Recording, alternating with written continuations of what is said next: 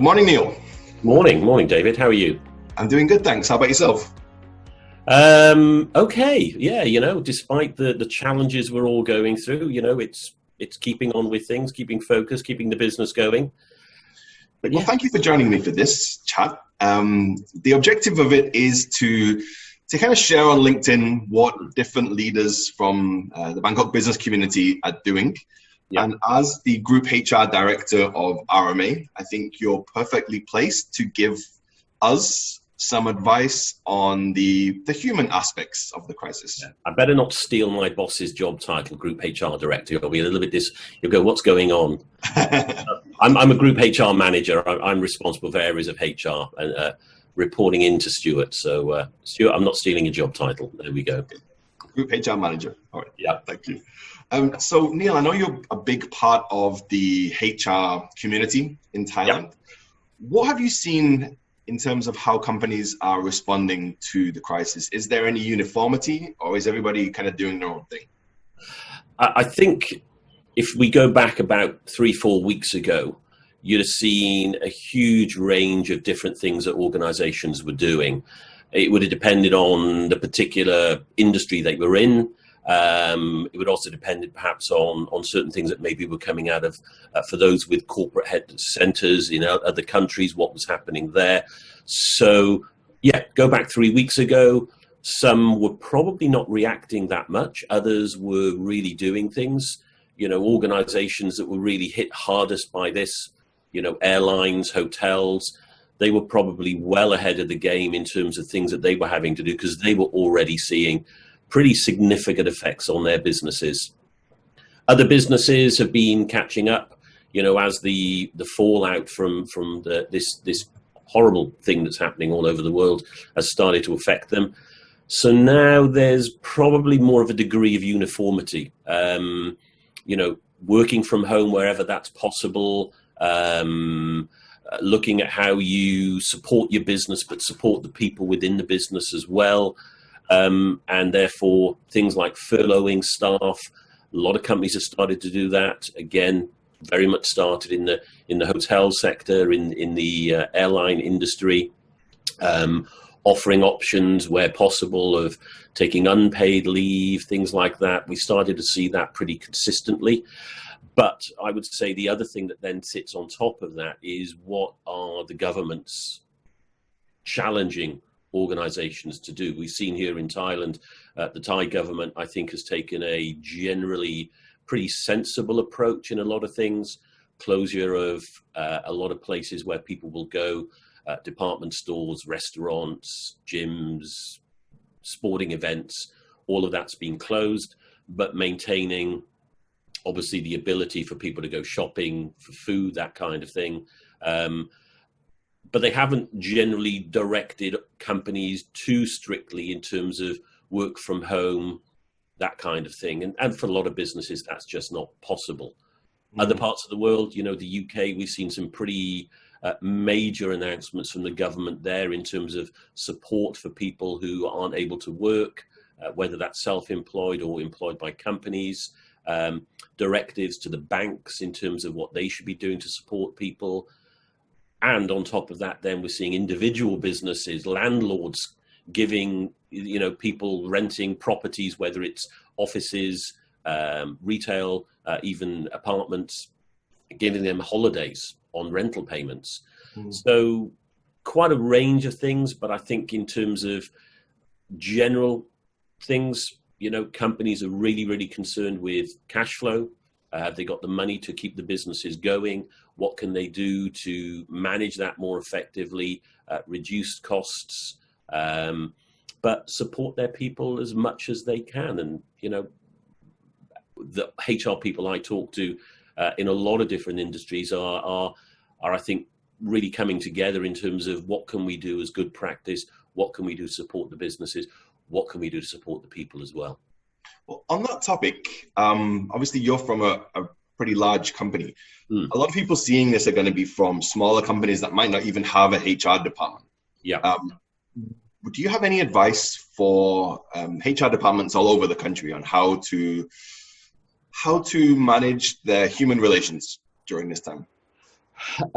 Communication. It's back to that old adage of communication. You know, if your people are not in the office every day, what are you doing to keep in touch with them? You know, that phone call in the morning, you know, we mentioned as we were having a chat earlier before we started getting into this discussion, you know, we're setting up Teams. I mean, we're using Zoom today, you and I. It's a free service. It's easy to connect to. People can use it on their mobile phones as well as on laptops. Really communicate with your people, you know, and be open with them. Yes, you can't share every single thing that you're doing as an owner or as a leader or as a CEO of a Fortune 500, but the more that you communicate with people, the more that you're going to keep them engaged and be able to support them with issues that they've got. Yeah, so I guess you're doing something similar to what we do at Lexicon. We're actually having 3 departmental calls per day. In the morning is kind of, here's what I'm going to work on. In the afternoon is an update, and in the end of the day, it's a quick review. It definitely helps a lot to keep people feeling that they're part of a team still. So definitely, I think communication is key. That communication doesn't just need to be about the business, though. And in fact, it shouldn't be just about the business. You know, my HR team at RMA, we set up a coffee chat every Friday morning. We all get online.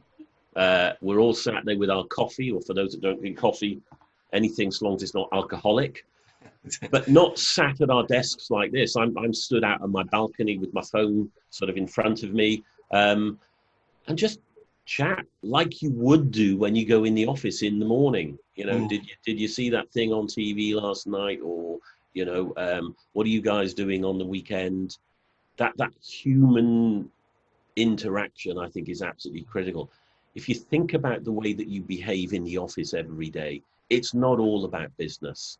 We all have those little chats where it's nothing to do with work, and that should be part of the way that we're interacting. Okay. So Neil, one of the main reasons that I wanted to chat with you today is because we were speaking a couple of weeks back about performance reviews and best practice in the industry. And I was very impressed with the procedure that you've put in place at RMA. Could you tell us a little bit about the philosophy behind that approach to performance reviews, please? Sure. Okay. Well, I think let's talk about what performance reviews are generally, as far as most people are concerned. And it's horrible. Everybody hates performance reviews. You know, managers don't like them. The staff don't like them.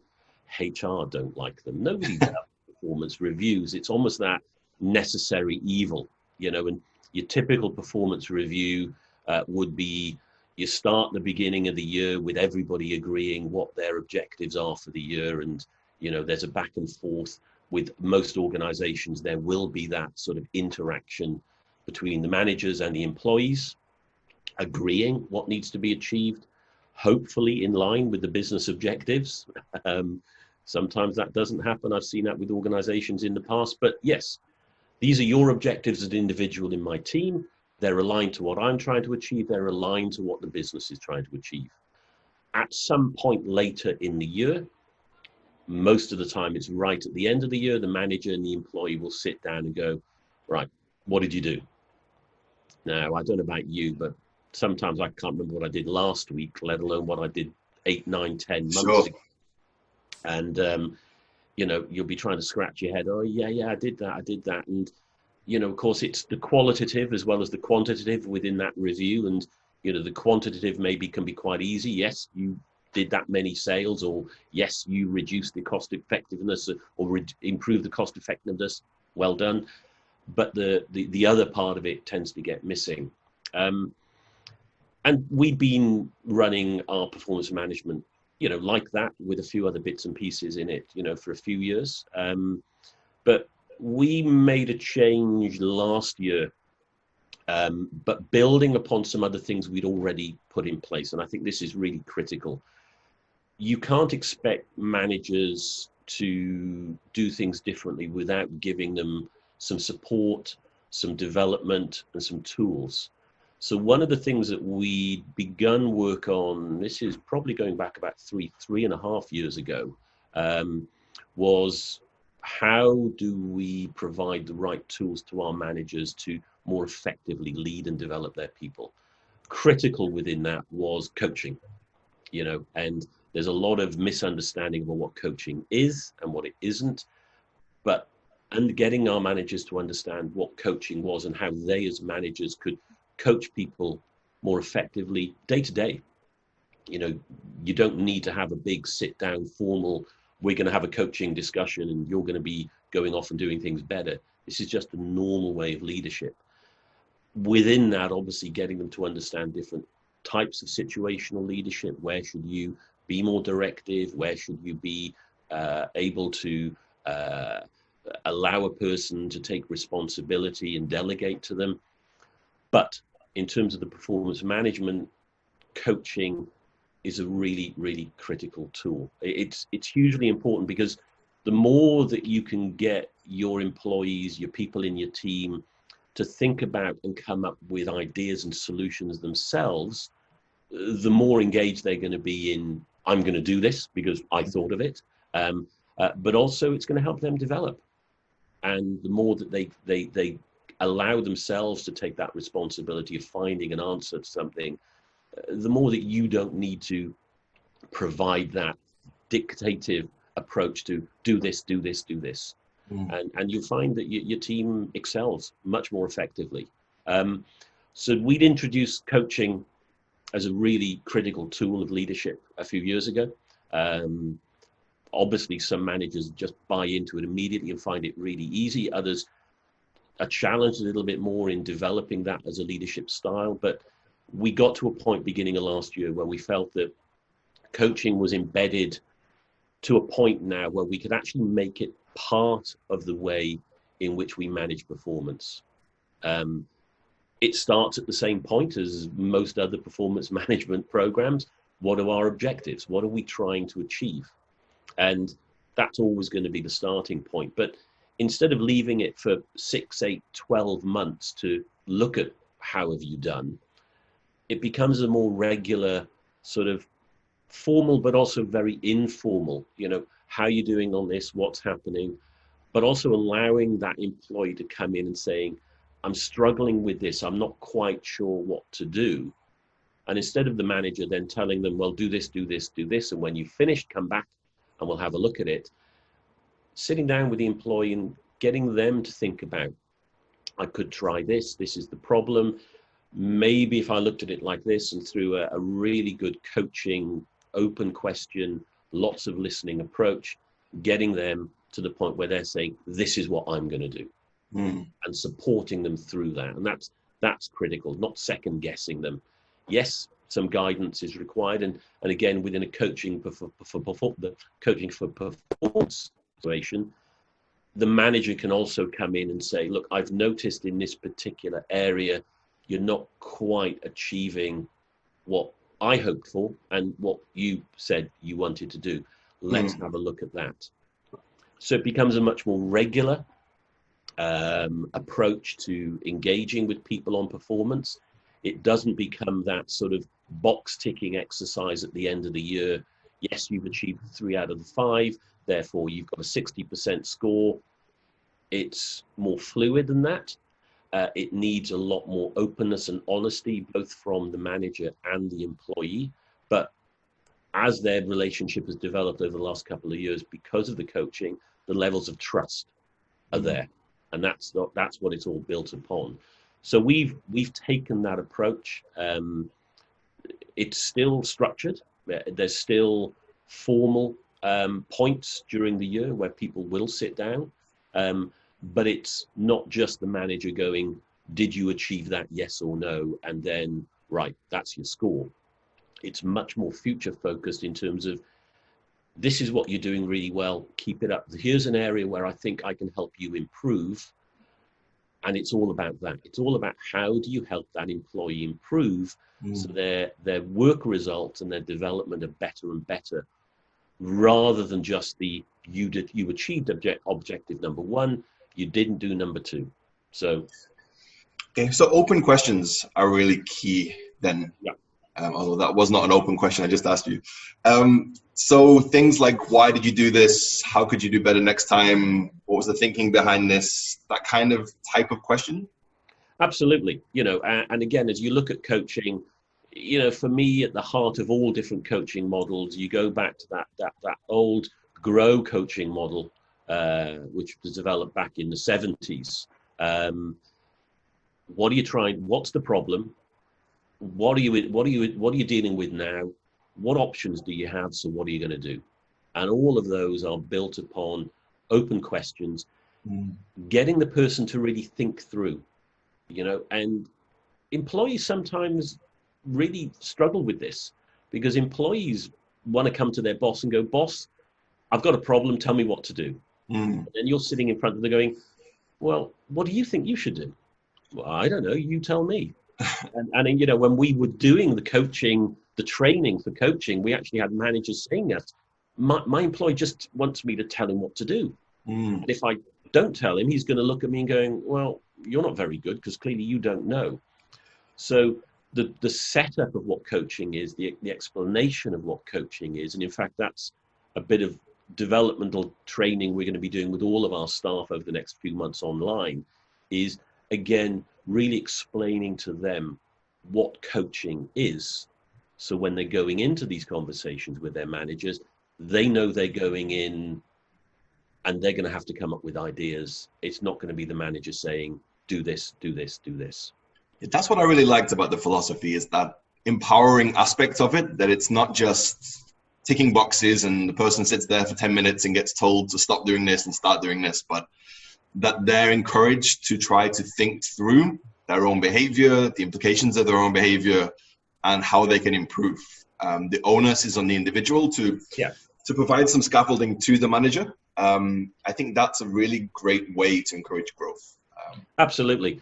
I think the one caveat within all of this is that coaching doesn't work in every single scenario. For those that sort of have looked at situational leadership, if the person doesn't have the skills or doesn't have the experience, maybe coaching isn't the right thing in that particular circumstance. Maybe telling them what to do, giving them the confidence while they do that a few times, so that when they do then come to the next level, maybe then coaching becomes a more appropriate approach at that point. So the skill of the manager is looking at, is coaching the most appropriate approach? But certainly within the performance management process that we've put in place, that's the key. Engage with your employees, give them the opportunity to come up with ideas and thoughts about what they're doing, put your input in as to where the areas perhaps that you think they could improve, and then you're taking, is coaching the best way on this particular situation? Could I delegate to them because they're doing really well? Do I need to direct them a little bit because of their level of inexperience? I think the making of a manager is a really interesting topic, because I think for most companies, how the trajectory usually works is you've got someone who's talented at a particular skill set, therefore they become the manager of a department. They're not necessarily promoted for their management skills, rather that they're just very good at their job. How do you develop leadership culture based around coaching? Is it, I don't have the answer for that. What is it? What would you recommend to companies that are promoting people who are not necessarily yet ready to be managers? How can they develop their skills? What you've described there is what's classically known as the Peter Principle. The Peter Principle, again, developed by a guy called Peter. So there we go. That's why it's called the Peter Principle. Is that classic, I'm somebody that's really good at my job. I'm a great salesperson. Well, congratulations, you're now the sales manager. Because if you know how to sell, then you can help everybody else sell. And with a manager, that's a different set of tools. There's a different set of responsibilities there. You're not actually selling. You're helping other people more effectively sell. You're setting sales targets, that kind of thing. So there are a set of new skills, new capabilities that person needs. So instead of throwing them in at the deep end and saying, congratulations, you've been promoted, here's your pay rise, go off and do it, why not take a step back and go, what new what new things is this person going to be doing in their manager's job that they're not doing in their sales job? Why don't we put them through a series of training programs, have somebody mentor them, or all those other things to help get them ready for that next step? Mm-hmm. We recognized that in RMA several years ago because, we'd always been bringing in good experienced people. How do we bring up that next level? So the leadership programs that we've brought in, we've probably put 500-600 people through these programs over the last few years now, teaching them all of those basic precepts of what good leadership is all about: better communication, better decision making, how to coach and delegate more effectively, etc., etc. So doing that in advance of the promotion is the ideal. If you don't, you get the Peter Principle. And the Peter Principle is, in simple terms, you promote somebody to a point where they're no longer capable. Because you promote somebody, they make mistakes, but they learn on the job. You promote them again, they make mistakes, they learn on the job, but they're going to get to a point where they can't do that anymore. If you provided the support, the training, the guidance, the mentoring in advance, you're going to give them a much, much greater chance of success. Okay, Peter Principle. That's actually a very good segue into my next question, which is, I'm always amazed by RMA's range of services and locations and the diversity of the offering. Yeah.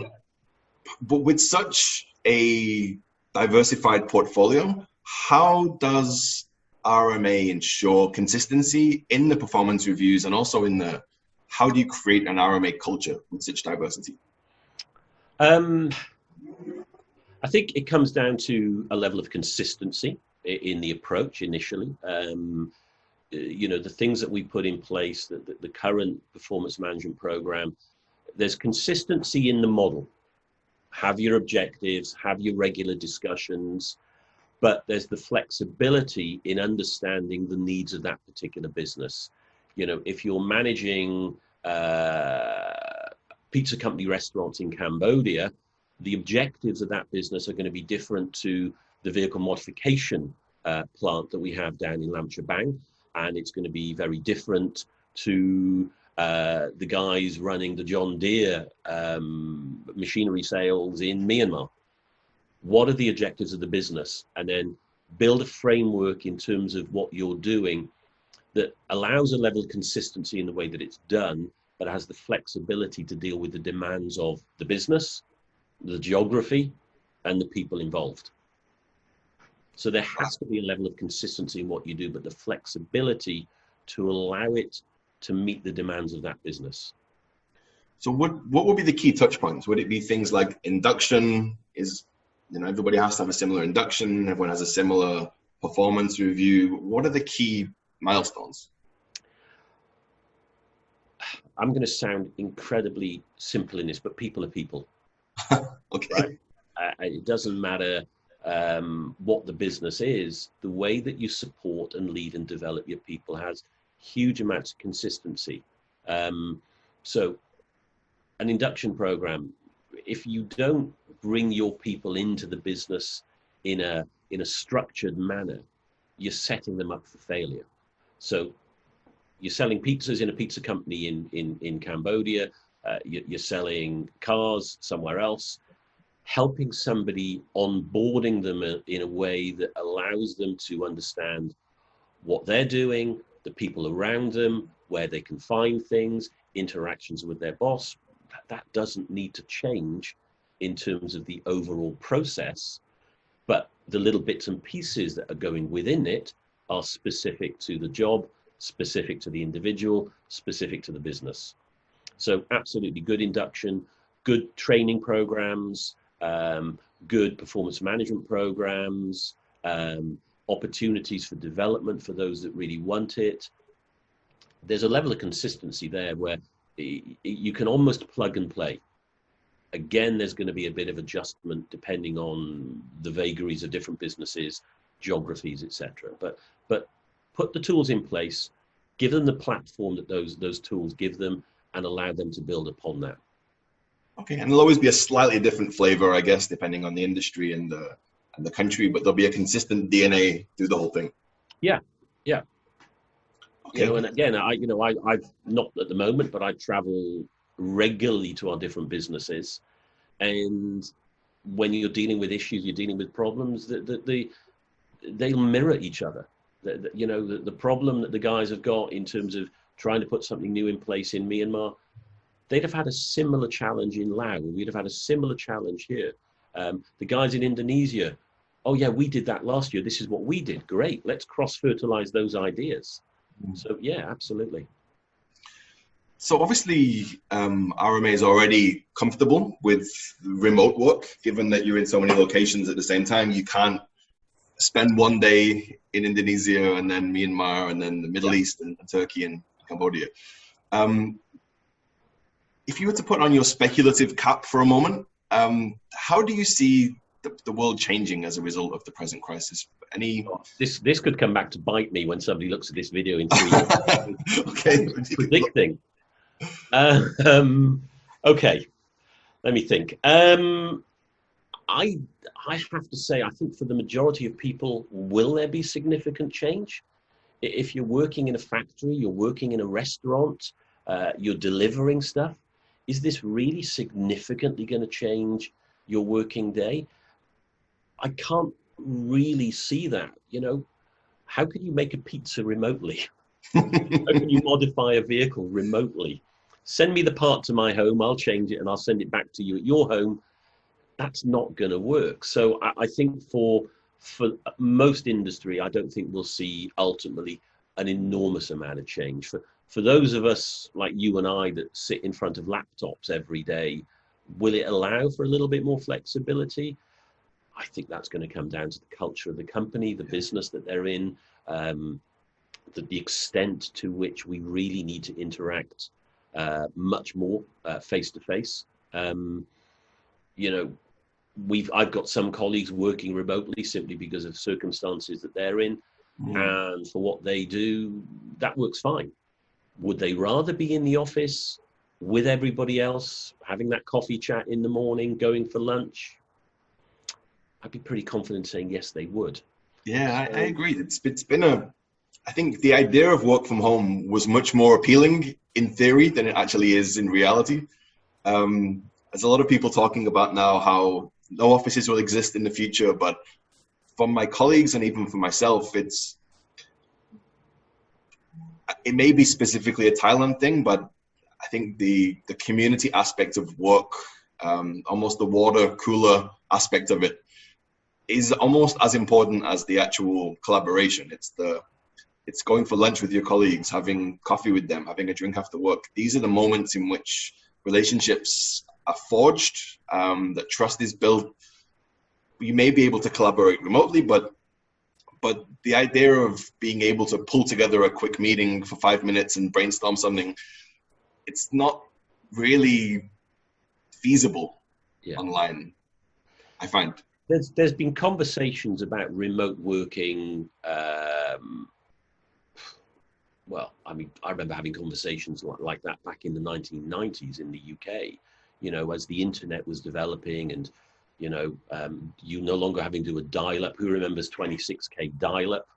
Waiting for that picture to slowly appear on your screen, moving to ISDN. So, hey, we don't need to work in the office. We can all work from home. That conversation's been happening for 25, 30 years. It still hasn't happened for most people. I don't think a lot of people want it. I talk to friends and family back in the UK. None of them work remotely as a standard way of working. They all have places of work that they go to, either full-time or for a significant part of their working week. I just don't see everybody wanting to sit at home.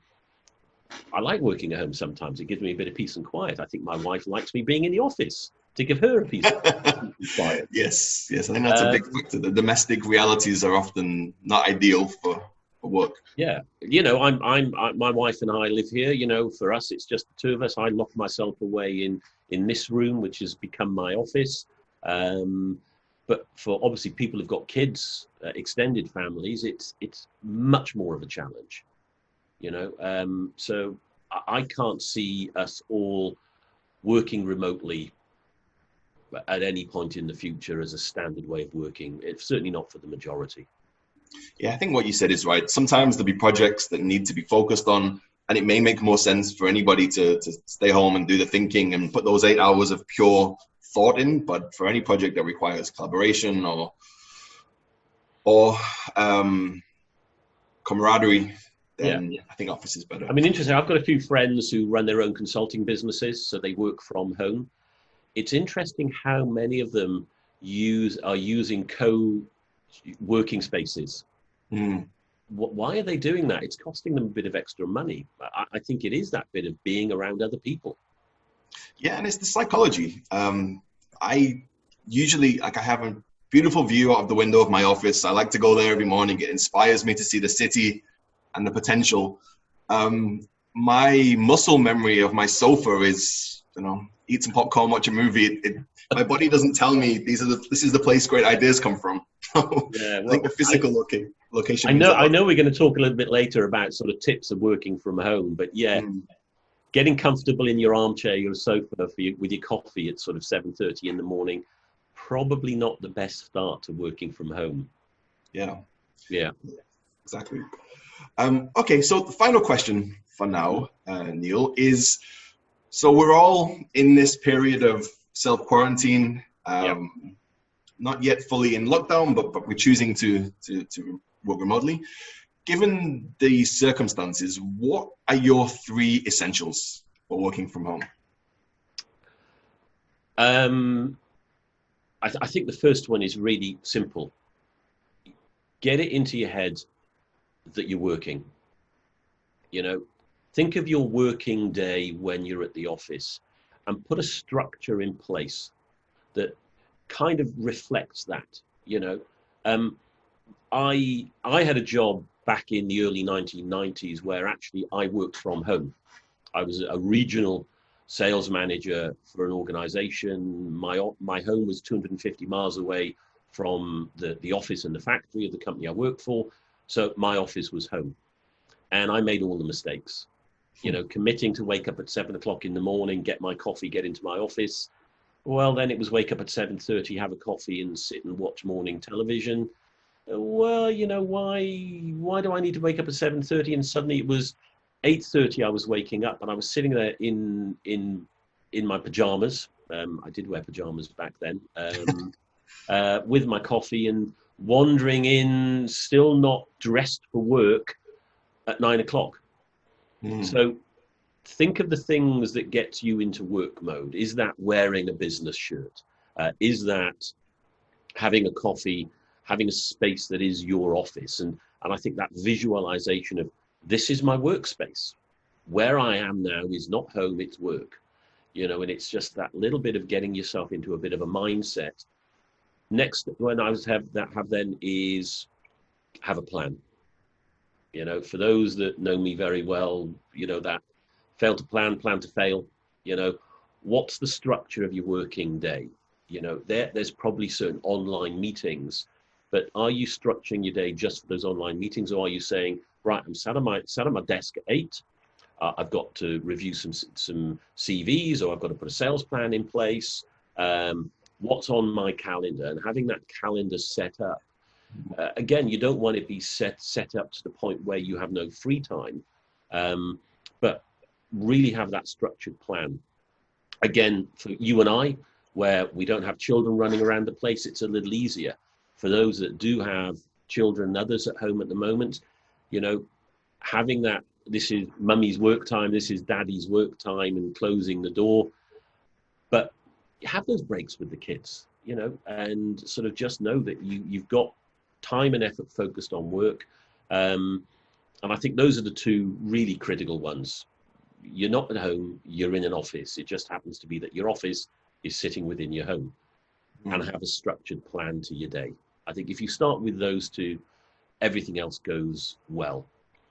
Add on to that then, communicate, get out there and interact with people. If you don't have, I'm pretty set up here. You can see I've got a green screen behind me for when I'm doing online sessions. But, even if it is just using your phone to just give colleagues a call and chat to them, have that bit of an interaction as well, I think is really important for keeping you sane, I suppose.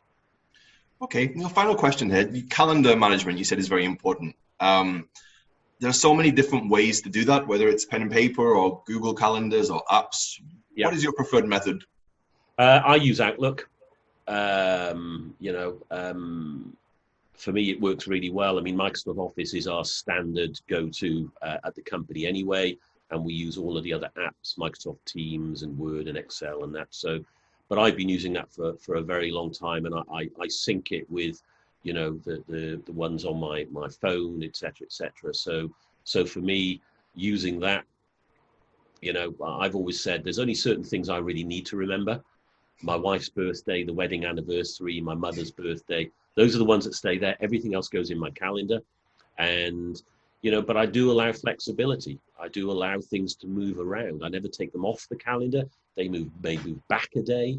If my boss calls me and says, we need an hour this afternoon, fine. What I've already got in my calendar maybe shifts to tomorrow morning, but it never disappears. So would you block out your whole day then? Would you have, say, for example, 2 till 3 review this document, 3 till 4 is a meeting, 4 till 5 is reflection upon this or that? Would you get that specific? Yeah, my calendar's pretty specific. I've got an interview with a candidate today, so that time is blocked out specifically for that. There'll be a bit of time blocked out before it to prep. So there'll be very specific things in there, particularly around meetings where you're involving other people's time. That's got to be really specific. But I'll also have little blocks of time in there to do planning, preparation, reviews. And again, those can move around. Again, if I get a call from somebody that they need to move an appointment to 2:00, and I've got my learning and development time at 2, fine. My learning and development time can just move later in the day or to another day during the week. So again, it's not fully blocked. There's spare time within there. I like that. I don't know about you, but I know I am much, much more effective in the morning than I am in the afternoon. So I'll tend to load up the stuff where I've really got to think to the morning, because I know I'm just much more active. My brain's much more active then. Then other stuff where it's more perhaps conversations, interviews, meetings, where it's more free-flowing, may happen more in the afternoon for me. So understanding yourself, good bit of self-reflection to really understand how you work more effectively and building that in to the way that you structure your days. Not that we can fully structure them ourselves. Sometimes, other people are impinging upon our time. I'm not going to say to my boss, yeah, no, today's my study time. I can't talk to you. That's not. Yeah. I might try it. I don't think I'll get very far, but I might try it. Thank you for all of that, Neil. So all good content finishes with a call to action. If anyone is watching this, potentially as an employee or anything else, what would you like them to do to contact you? I think the simplest thing is follow RMA Group on LinkedIn. I think we've got a very active RMA Group company page, so follow us on there. You'll see a lot of things that we're up to. Link to me on LinkedIn, drop me a line. If you do drop me a line on LinkedIn, don't just say, I want to connect. Just say, look, I saw the video, interested in having a chat or interested in learning more about the company. Let me know why. More than happy to get in contact with people. All right, brilliant. Thank you so much for your time. LinkedIn is our default for this. It's a fantastic platform for us interacting with candidates, suppliers, partners, generally people around the world. Yeah, it's a great platform. Okay, Neil, thank you so much for giving me so much of your time this morning. Thank you. I'm sure you have a busy calendar to get to now. I'm about to have a look. 15 minutes and I'll be on another call. All right. Thanks, Neil. Thanks, David. Bye for now. Bye-bye.